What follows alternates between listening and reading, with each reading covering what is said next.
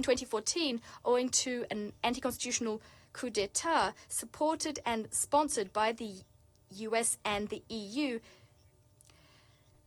a new regime came to power in Ukraine, and it tried to stamp out all that is Russian. Over all these years, it has violated the rights of people living in the east and the south of Ukraine and in other regions as well. We cannot and will not sit idly by and look on as millions of Russian-speaking people continue to live under a regime where it's pursuing a policy which flagrantly violates their main rights and freedoms.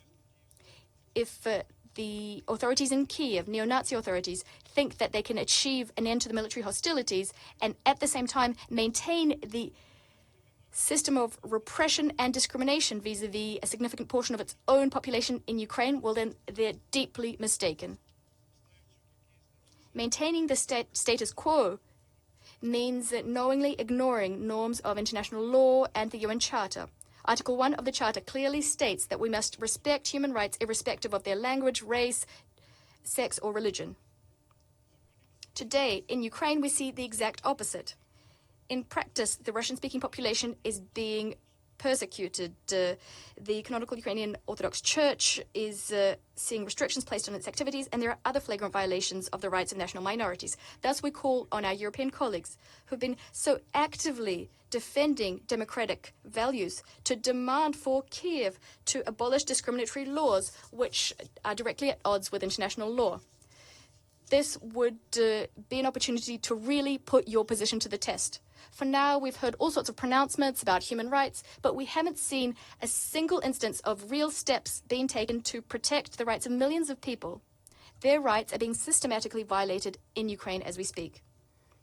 The political expediency is making our Western colleagues deaf and dumb when it comes to the rights of the Russian-speaking population in Ukraine, the Russian language, canonical orthodoxy, the glorification of Hitler's accomplices, and the dissemination of neo-Nazism in Ukraine.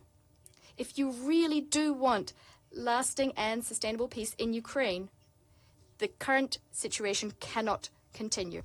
President, the time has come for everyone to choose.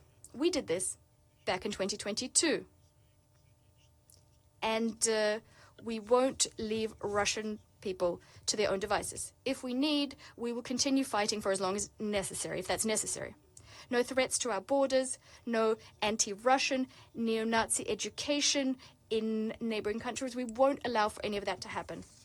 Now the ball is in the court of those who are behind the anti-Russian project in Ukraine. Did they understand the mistakes they made, how senseless it is to try and vanquish and isolate Russia? If you truly are Russophobes, then, well, we probably don't have anything to discuss with you. However, if you are ready to discuss potential options for us to coexist or perhaps even to cooperate, then we can talk. We've never rejected dialogue, nor do we reject dialogue now. The choice is yours. I thank you.